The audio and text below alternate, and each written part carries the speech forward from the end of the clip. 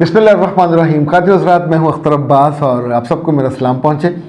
रबीसा ने बड़ा मज़े का सवाल किया। वो कहती सर मैंने नया बिज़नेस आगाज़ किया है और मुझे दो बातें आपसे पूछनी है। एक तो ये कि मैं बरकत के लिए क्या किया करूँ, दूसरा आपकी ज़िंदगी के तजुर्बों में सबसे अहम क्या चीज़ है, बिज़नेस की जगह पे जाके आप कैसे करते थे और अब आपके जो टीम है वो कैसी है।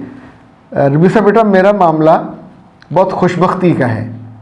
मेरे साथ जितने लोग काम करते हैं, मैं आपको हैरानी वाली बात बताऊं, मुझे आज तक किसी ने धोखा नहीं दिया, क्योंकि मैं किसी को धोखा नहीं देता।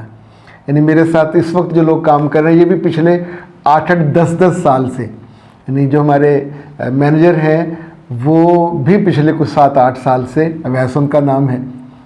मैं नहीं भी होता तो वो पूरे काम को संभालते हैं, यानी इतनी ही ज़िम्मेदारी से जितनी ज़िम्मेदारी से मुझे करना होता है।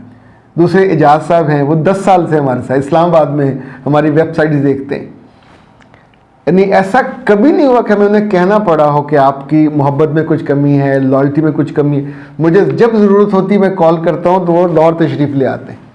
शुरू के जो थे हमारे कोर्सेज़, उस वक्त हमारा स्टूडियो लाहौर में नहीं बना था, तो मैं आराम से अपना ब्रीफ केस उठाता और इस्लामाबाद चला जाता, जाके होटल में ठहरता और वहाँ तैयारी करता। तो फिर उनके जो स्टूडियो में जाके पूरी रात, एक रात में हम 1-1, 2-2 कोर्सेज रिकॉर्ड करते। अब सोचें कि हम बिल्कुल बिगनिंग थी और उस बीच में उनके घर से चाय भी आ रही होती थी, खाना भी आ रहा होता था और मेरे लिए भी वो बिल्कुल एक नया तजुर्बा था। यानी कोर्सेज बिल्कुल अलग तरह से डिज़ाइन होते हैं, उसके हिस्से बनते हैं।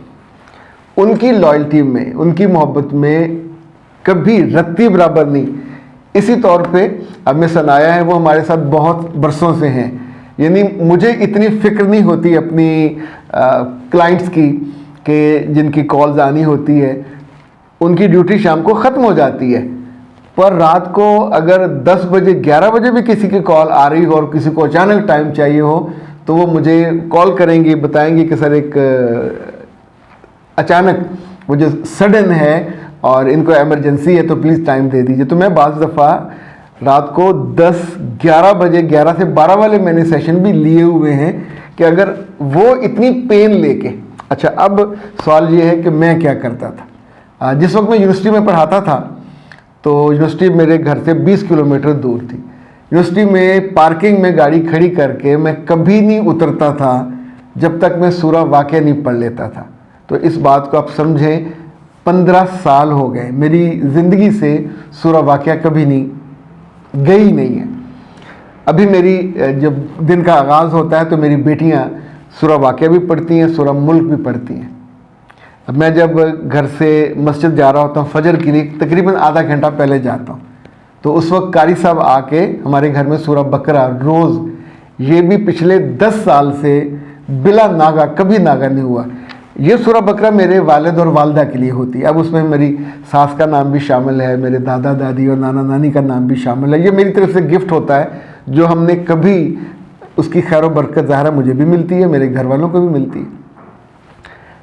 अपने वर्क प्लेस पे जाके, यानी जब आप जाते हैं वहाँ 3-4 काम ज़रूर करने चाहिए। चाहे वो अलग कमरा है, आपको आयतुल कुर्सी पढ़ के जाना चाहिए, वहाँ बैठ के आपको बिस्मिल्लाहिर्रहमानिर्रहीम पढ़ के, अगर आप अकेले हैं तो सूरह रहमान या सूरह यासीन आप नहीं पढ़ पाते तो उसको उस पर लगा लीजिए, ऑडियो पे लगा लीजिए, साथ साथ अपने काम का आगाज़ कीजिए। इसी तौर पे याद रखिए कि खैर व बरकत के लिए जो सियाने जिसको सजेस्ट करते हैं, जो चारों कुल हैं, ये ज़रूर पढ़ने चाहिए। अपने दफ्तर की चारों नुकरों पे भी इनको फूंकना चाहिए। और अच्छा, ये कोई टोटका नहीं है। जिस रब ने आपको इस जगह पे बिठाया है उसको खुश करने का आप सूरह फातिहा पढ़ लीजिए, बार बार पढ़िए। जो भी करना है मुसलसल कीजिए, मुतवातिर। एक अल्लाह के रसूल की हदीस है कि अल्लाह को जो हर वो काम पसंद है जो आप चाहे थोड़ा करें लेकिन मुसलसल और मुतवातिर करें। मैंने एक और मामूल बनाया, मैं कुछ अल्लाह के नामों का जिक्र करता हूँ दफ्तर में आते हुए, मस्जिद जाते हुए, मस्जिद से आते हुए, यानी इवन मैं 15 मिनट ज़रूर निकालता हूँ। उस बीच में मैंने जो चीज़ें पढ़नी होती हैं वो पढ़ता हूँ।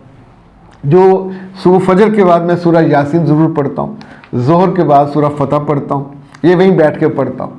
عصر کے بعد میں سورہ نبا پڑھتا ہوں, اور مغرب کے بعد سورہ واقعہ پڑھتا ہوں, اور عشاء کے بعد سورہ ملک پڑھ کے پھر میں وہاں سے نکلتا ہوں. اگر کسی ایک نماز میں جلدی نکلوں تو دوسری نماز میں اس کو ضرور پورا کرتا ہوں.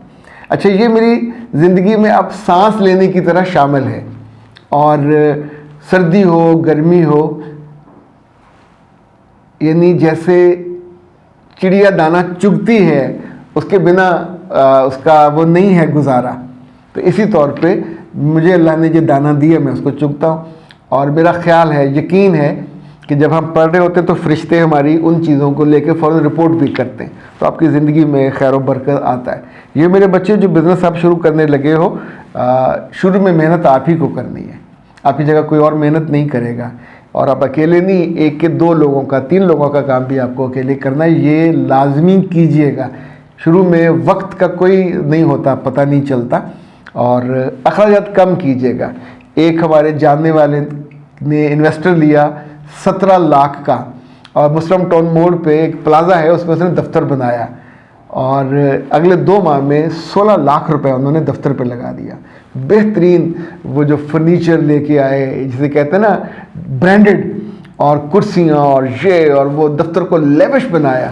تو جب دفتر بن گیا تو اس وقت ان کے پاس 1 لاکھ روپے بچا تھا, اور وہ اس میں جو انہوں نے چائے وائے پی تھی اس کا بل تھا, بجلی کا بل آ گیا.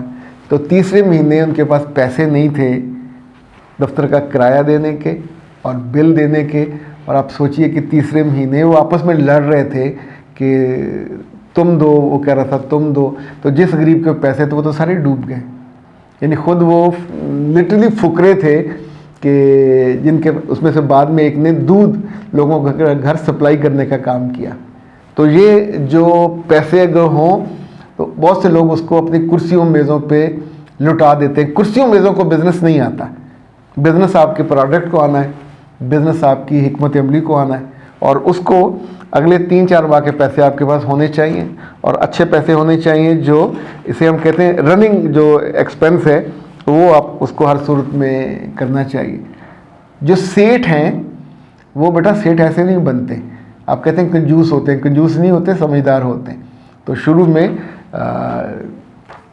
جو پرائے مال سمجھ کے جس پہ آپ امانت داری سے کرتے ہیں وہ خرچ کریں, تو بہت ساری آپ کے ساتھ یہ حکمت ہو جائے گی, آپ کا کام چل پڑے گا. اور جو بناتے جائیں, اب آپ نے بتایا نہیں آپ نے کیا, کوئی گھر بیٹھے کوئی چیز بنا رہے ہوں گے تو سٹاک مت کیجیے گا, ساتھ ساتھ اس کو بیچیے گا.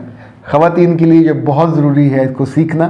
ابھی تو میرے بچے کوئی بھی کام کرنے سے پہلے سیکھیں اس کو, اس کے بارے میں علم لیں, اس کا جو بنیادی نالج ہے وہ لیں, اس کے کسی ماہر سے ملیں, تو پھر اس کو کریں. سیل ساتھ ساتھ کریں. رک جائے گا تو آپ کا جو ٹوٹل اس پہ انویسٹمنٹ ہے وہ بھی ساری ضائع ہو جائے گی. خواتین کو ضرور بزنس کرنا چاہیے, لیکن اندھے کنویں میں چھلانگ نہیں مارنی چاہیے. اس میں اگر ساتھ کوئی شامل ہے تو پہلے سے ڈیزگنیٹڈ ہو کس نے کیا کرنا ہے, اس میں اوور لیپنگ نہ ہو. عام طور پہ ایک کو بڑا بنانا چاہیے. میاں کے ساتھ کر رہی ہیں تو پھر میاں کو بڑا بنائیے, کوئی دوست کے ساتھ کر رہی ہیں تو پھر آپ خود بڑے بنے. یعنی ایک بڑا بننا چاہیے جو چیزوں کو ڈیزائن بھی کریں. انگریزی میں ایک جملہ نوٹ کریں, بہت کام آئے گا, fail to plan is plan to fail. یعنی جب آپ چیزوں کو پلان نہیں کرتے تو ایون ہم نے اگر اگلے دن اشتہار دینا ہوتا تو ایک دن پہلے ہم آپس میں ڈسکس کر رہے ہوتے ہیں کہ اگلے دن ہم نے اشتہار دینا ہے یا کس چیز کو کیسے کرنا ہے. ہمارے سامنے بورڈ ہے, ہم اس پہ بھی لگا دیتے ہیں کہ یہ چیزیں کرنے والی ہیں. تو چیزوں کو پلان کرنا سیکھیں, انشاءاللہ یہ بہت اچھا ہو جائے گا. ربیثہ بیٹا, ہم آپ کے لیے دعا بھی کرتے, اور میرا رب آپ کے لیے آسانی کرے, آپ کی عزت اس میں ہو, آپ کا رزق اس میں ہو, آپ کی محبت اس میں ہو, اور آپ کا محفوظ مستقبل اس میں ہو. اجازت دیجیے, السلام علیکم.